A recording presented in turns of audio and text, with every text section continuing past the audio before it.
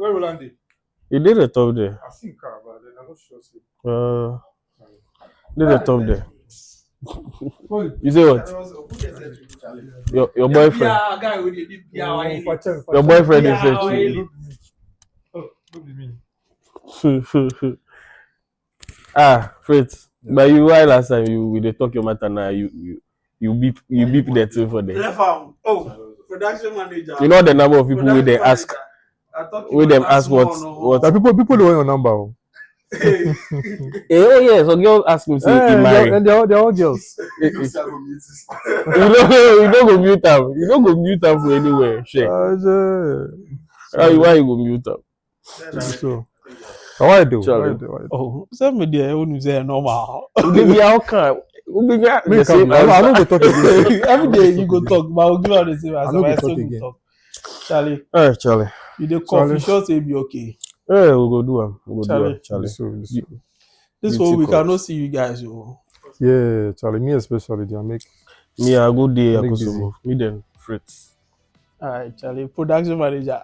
Me titness Alright, Charlie. Yeah, okay, Charlie. Hi guys. So we are here once again. Welcome to the Check-in podcast.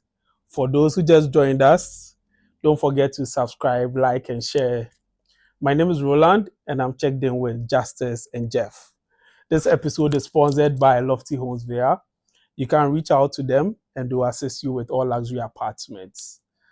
Today, we are going to talk about guest experiences. So, yeah, Justice and Jeff, how are you guys doing? I'm good, Charlie. Charlie, not bad. Yeah, not bad. I think I asked you guys earlier when I came in, but how good do I am? Charlie. This weekend, Angasana, I make some way. I know you feel well, but Charlie, we move. Well, that one there be your lifestyle. Okay, so we could just jump right into it. Yeah. When we talk about guest experience, what do we mean? The perfect guest experience. What do we mean? All right. If we're talking about experience, we need to look at it from the guest perspective and then the host perspective. For the guest, it is the feeling that they get when or after they have received a service. For the host, creating an experience is going above and beyond your role or what the guest has paid for. Let me use this example. It's quite common in Ghana. When you go to restaurants, you see that once in a while, the waiters or the staff come out singing happy birthday when someone is celebrating their birthday. Now, the experience from the guest perspective is what they felt, because mind you, the restaurant is only supposed to provide food. You know, their staff should be smiling and all that. Exactly. But the dancing and singing is not part of what the guest has paid for. But they are trying to make their stay or their meal or their experience there memorable. So that is what experience is. From the host perspective, going above that, just providing food is what we term as experience. So the problem is, I think a lot of hosts or a lot of let's say property owners confuse customer service with customer experience. Exactly. What you talked about right now is customer experience. Yeah. So how would you let me see, differentiate it from customer service? I think when you talk about service, it's purely providing what the guest has paid for. Yes. I came to order food. Maybe I came to order rice. So you just provide me rice. That's the service you're providing. But when the experience bit comes in, when you go beyond the guest expectation, which is what Justice rightly explained. The customer service bit is just like you're doing your job. Yeah. There's no emotional or there's no physical touch to it. There's nothing special. It's just strictly doing your job, which doesn't add any special effect to to the guest's experience. You understand? So maybe if I'm to give a scenario, let's say somebody, let's use our industry. You're expecting a guest. The guest is supposed to be arriving on a set date, but you go the long way to contact the guest ahead of time, and even going further to find out whether the guest will need something before they arrive.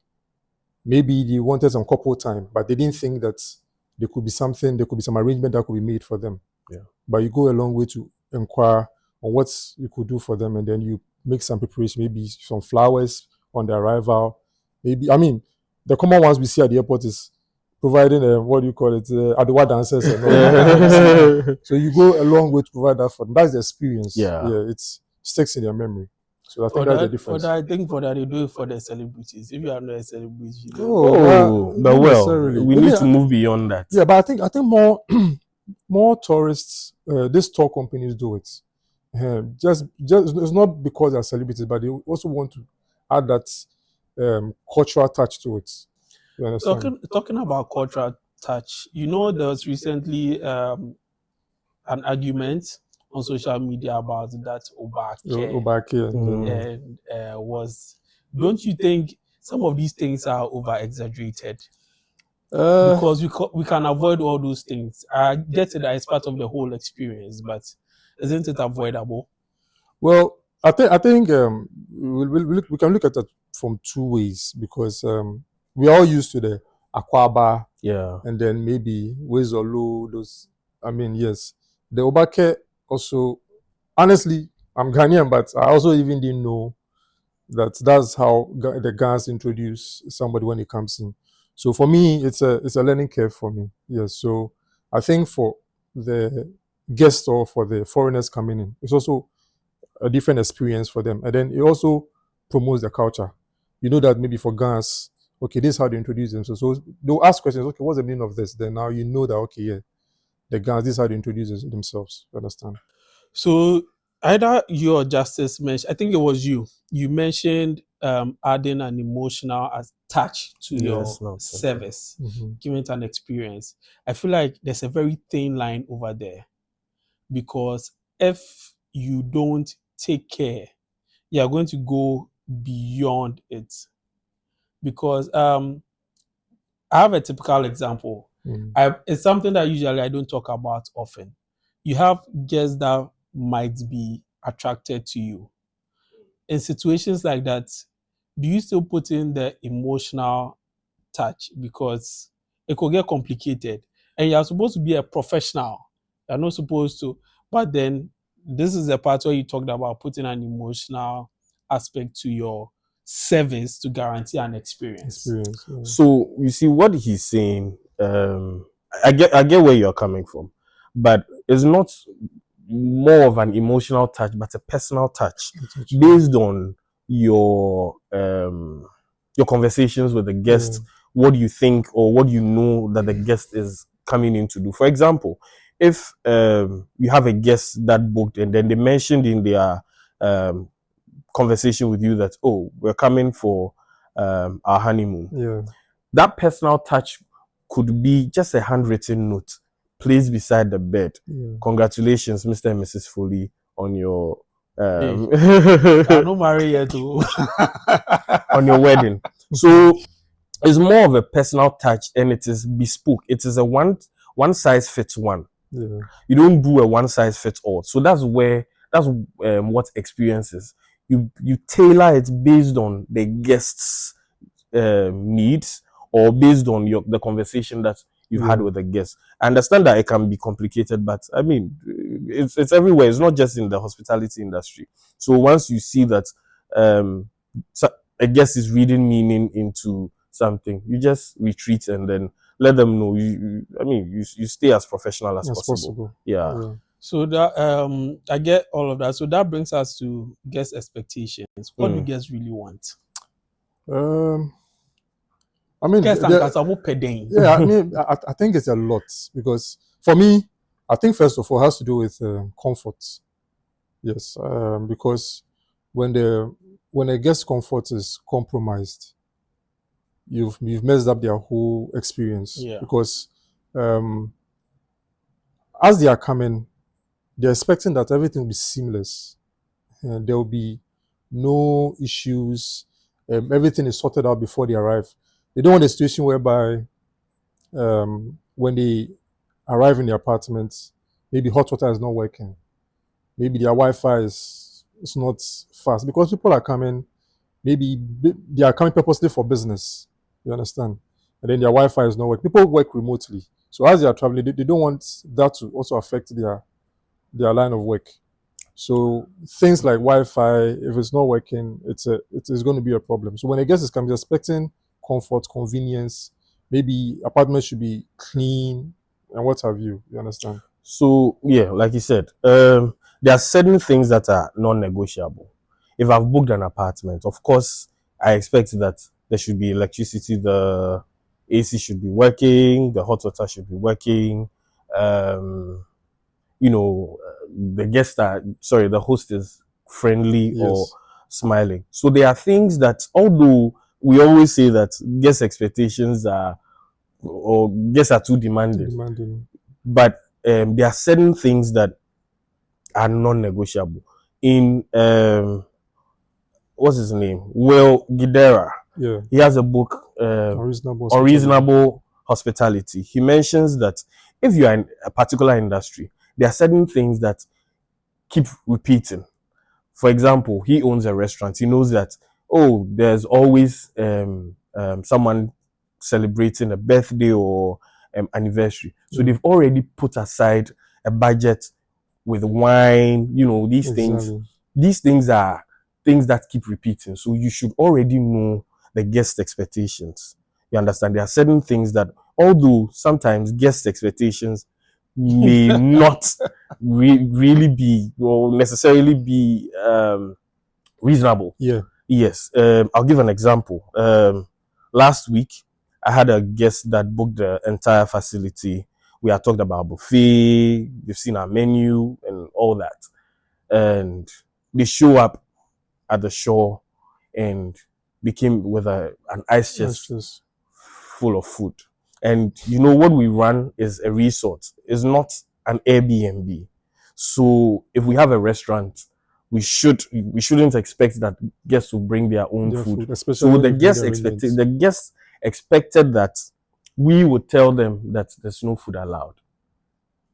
You Okay. understand? Yeah. So moving forward, what we have done is that in our invoice we've mentioned a few house rules, and food and beverages is one of the things that we've put there so that you manage the guest expectations even Expectations. before they arrive. So although guests have expectations, sometimes it's not reasonable, and Yeah. then we also need to Manage manage it. the That's true. expectations for them. That's true. Do you think as a host, sometimes we also have unreasonable expectations? Hmm. Because sometimes you expect a guest not to use internet past a certain amount of data and all of that. Others, because some people are coming from countries where they are used to, they pay at the end of every month. They are not used to capped data. Internet, yeah. So if, as a Ghanaian host, you're expecting a guest staying for 5 days to use just 30 gig of data, do you think it's reasonable? It's relative because as the host, you're running a business, so definitely you try to find ways and means to manage costs. So it's not necessarily unreasonable from the guest part not to use data, or to use data more than 30 gig. Ideally, it's normal, Yeah. but for the host, I think you should be able to manage, or you should have some rules in place that maybe, okay, you have a capped data for this number of days. So if maybe you need to stream, or you need to use some huge package, or you need to do some downloads, and or maybe you need to subscribe to an A amount or premium. premium package or something. So you should have some rules or house rules in place so that your But manager gets I mean, expectation. I think that it doesn't make sense to Yeah, me, honestly, yeah, because definitely, if yeah, I have honestly. paid for, I mean, in this day and age where there's Netflix, I mean, the guests can stay in the room and watch Netflix from morning till night because they are into Yeah. relax. And then you are now telling me I need to purchase a premium service in order for me to stream Netflix. I think that hosts who do that should rather find a way around it, find a way to get unlimited data from their service providers, because Yes, Charlie but is, okay, yes. So I'll agree with It's an you. awkward It's an situation. awkward Yeah. situation because like I said, from the host perspective, you're in a business Cost. and you're looking at the cost involved. So as much as possible, you want to make sure that your revenue is always higher than your expense. Yeah. So if you feel maybe the service provider is too high, then that's where Find you need another to bring one. in a cap and all. Well, Because But somebody, won't you rather search for an alternate? it depends. It depends on the location. You understand? It depends on where you are running the Airbnb, because unfortunately there are some networks that Don't doesn't work. work perfectly in some geographical locations. So you'll be forced to settle for the alternative, and maybe the alternative to the service they provide are not up to. Maybe you can't provide, so you'll be forced to give some caps. But I get you. But I think that isn't the problem of the client or the guest. Yes. It's for you to provide a comfortable this is stay. not my That is his business. No, comfort. I get where you guys are coming from, but you see, we must both meet in the middle. Yes, the guest has paid. He's expecting that. Okay, let's see. I've paid for an Airbnb $50. I've brought my PC. I've brought my console. I'm coming to do updates. All these, you understand? And for the host, at the end of the day, he's looking at how he's going to how do you call it, make some genuine revenue. But you need to find a You have to- balance. yeah, you have to- because that's what I'm also saying. there are I guests. feel like you go feel factor them into your price. Yeah, there are guests who also come and then go out and never use the And never internet. use. So that's where you find a balance, because not every guest will come in. Your argument is not wrong. Like it's very, I mean, it's arguable, but you should also understand the host from where they're coming from. That's why I said it depends on where they are. What do you call it? Their station, their location. Located. Because not every let's say Telecel or maybe MTN works perfect almost everywhere in Ghana here, but maybe where the person is providing it, Telecel works better. I don't know the services Telecel is providing with regards to their limited data. Maybe higher or maybe lower than that of MTN, but he's forced to use Telecel. So we don't know. It's Charlie, some way. like someone will say, as much as possible, the people guests are will be going happy. to space. Internet is not something that we should be arguing about, or should be a But problem. unfortunately, in our It's very important. in our part of the Yes. world, it's a dicey situation. Yeah. So talking about turning expectations into reality with guests, how do you handle things like that? It's important to let the guests know what they are going to receive when they arrive. Yeah. I had a guest who called in that she wanted to check out the apartment because the apartment said 45 meters square. Exactly. But for her, she has had a lot of experiences where what they put on the internet is not exactly what reality. The pictures you see, sometimes it's not that it's a lie, but those pictures have been there for over 3 years, 4 years. Maybe there's a change in the room or something. So how do you make sure that before a guest arrives, their expectations are already met, and then you've managed their expectations? Like I said in the other episode, don't oversell your room, or don't oversell your listing. If your room is 20 meters square, do not put 40 meters square there. If your internet is capped, like we were saying, make sure that the guest is aware that the internet is capped. You save yourself a lot of trouble when you try and have conversations with the guests and then also your listing should be as transparent as As possible. possible, yes. You understand? For instance, if you work in if your apartment is in a apartment complex, mostly foreigners come in and then they feel like there's internet, because on your listing it says that there's internet, Yeah. but they expect that the internet should be at every part of the facility. Meanwhile, we all know that it is limited to the The room room. that you have. So you let the guests know that we provide internet. The internet is limited to the room because the facility is managed by multiple agents. However, I can provide a Wi-Fi at maybe $3 extra charge. That is where you manage the guest expectation, Expectation. because then you've made the guest aware that there's an internet issue. There's an internet issue when it comes to access to internet at the entire facility. So conversations, transparency, and things like that would help. And also, when we talk about experience, we should remember that it is not always the good things. So when we talk about managing guest experience, it is also what happens when things go wrong. Wrong. Yeah. How you Because at turn the end things of the around. day, the guest is going to remember how they felt when certain things happened. So even if it is an internet issue, maybe the internet went off, you offer them some sort of compensation. Yeah. So they feel like, although things didn't go well, this guy went out of their The way to way. make sure that I had a comfortable stay. You know, that brings me to you did mention Will Guidera, Yeah, it's unreasonable. unreasonable hospitality. There's Yeah, more pay books. there's also kind.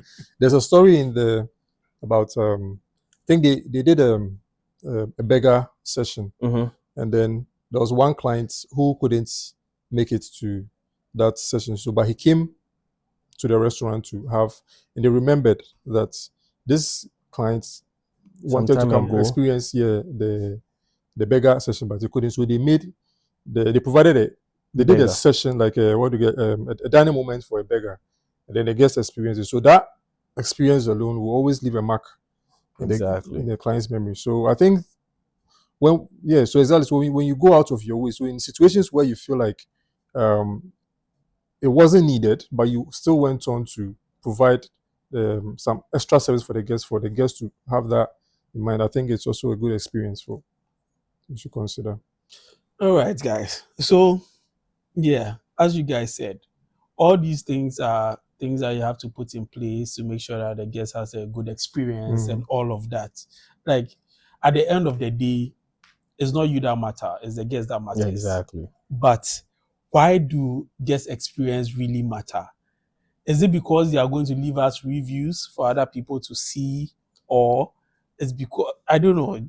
Just I mean, you said it right, because if for nothing at all, the reviews matters, because I think the previous episode I mentioned that if you treat the guest well, you wouldn't even have to ask for reviews. A They good will end up review. giving it to you themselves. So yes, then the reviews also sell. That is how come. That's what people see, read, and then they end up booking your property. So it is not necessarily because you want the guests to leave a good review, but also when the guest leaves and the guest leaves a good review, people will also to attract people. And then I think you also what do you call it? It's a way of easily advertising your property. More like they become your ambassadors, Unpaid unpaid ambassador. ambassadors. ambassadors, Exactly. Yeah. Exactly. Oh, okay. But what was the? I was come to say something, but it just escaped me. It just escaped me, honestly. But yes, for there are some guests, whether you give them a good experience or not, they might not like you, and then they might give you a bad review. Do you think that it is fair on the host, and what can we do as a host to what's the names work around those issues? Because sometimes you give the person the best of experiences. As Justice mentioned, you have people that have unreasonable expectations. You can't live up to that. It wasn't mentioned in my listing that I have a car available for all. But because you asked me and I didn't have it, you are disappointed and you give me a bad review. Things like that. How do you go about it? Hmm. Hmm. These things happen. Yeah, You have to take it as one of those things. So that's why you, as much as possible, you create a good experience for others. Because by all means, there are guests that will never be satisfied with exactly. what the service or whatever you've provided for them. So you take it as one of those things. But Oh, also, you still do not antagonize the guest, even exactly. if the guest is unreasonable. The guest is staying for just a few days and then they leave. It won't hurt if you still stay nice to them, even if they are rude to you, or even if their demands are too much. But I go like host a guest like that again. Oh, If the guest Oh, comes back. as much as possible, you want to have a guest who is understanding, but we are human. You can't have it your way all the time. No, at the bar, you guys, but imagine say some guests can't stay by there. I do everything in my possible means to give him like a good stay. At the end of the day, he gives me a 2/10 and he books again. oh, 2/10 is extreme. Yeah, It's so for extreme. things Yeah, like that, you can report the guest, you can block, or even on booking.com, you can block the guest from But booking your booking property the blocking again. doesn't really It work. works, it yeah. works. It does work It actually. works. You Unless know, the guest Create another tries account. yes, to book I with had another I had I account. had one guest who came some time ago, and then he mentioned that it was a she actually. She mentioned that she wanted a pool view, Mm, and then we're like, oh, the apartments don't have. I mean, what we advertise don't even show that is a a view pool to the view, pool yeah. exactly, and besides, the apartment has its pool at the On the roof. rooftop, It yeah. doesn't even have. So what you're even asking is It's not not possible possible, yeah. exactly. But the guest insisted that he book for an apartment with a pool view. Like, okay, we understand your request, but unfortunately, that's not what we have. However, maybe we can give you something to complement your.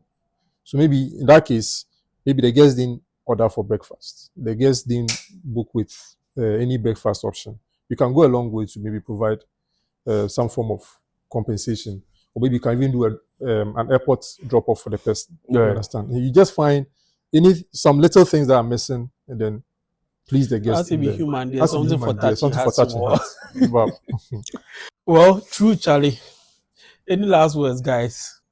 Yeah. For me, I think I feel like the hospitality industry is, we are not there yet. In an era where people are using machine learning and AI to better themselves, Mm. we are here doing the bare minimum.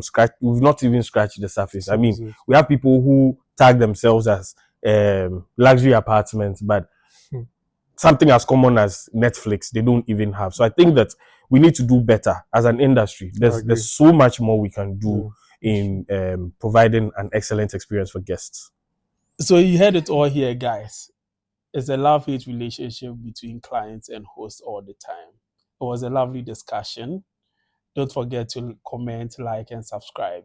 You can also DM us on Instagram, TikTok, and comment on our YouTube channels. This episode was sponsored by Lofty Homes Villa.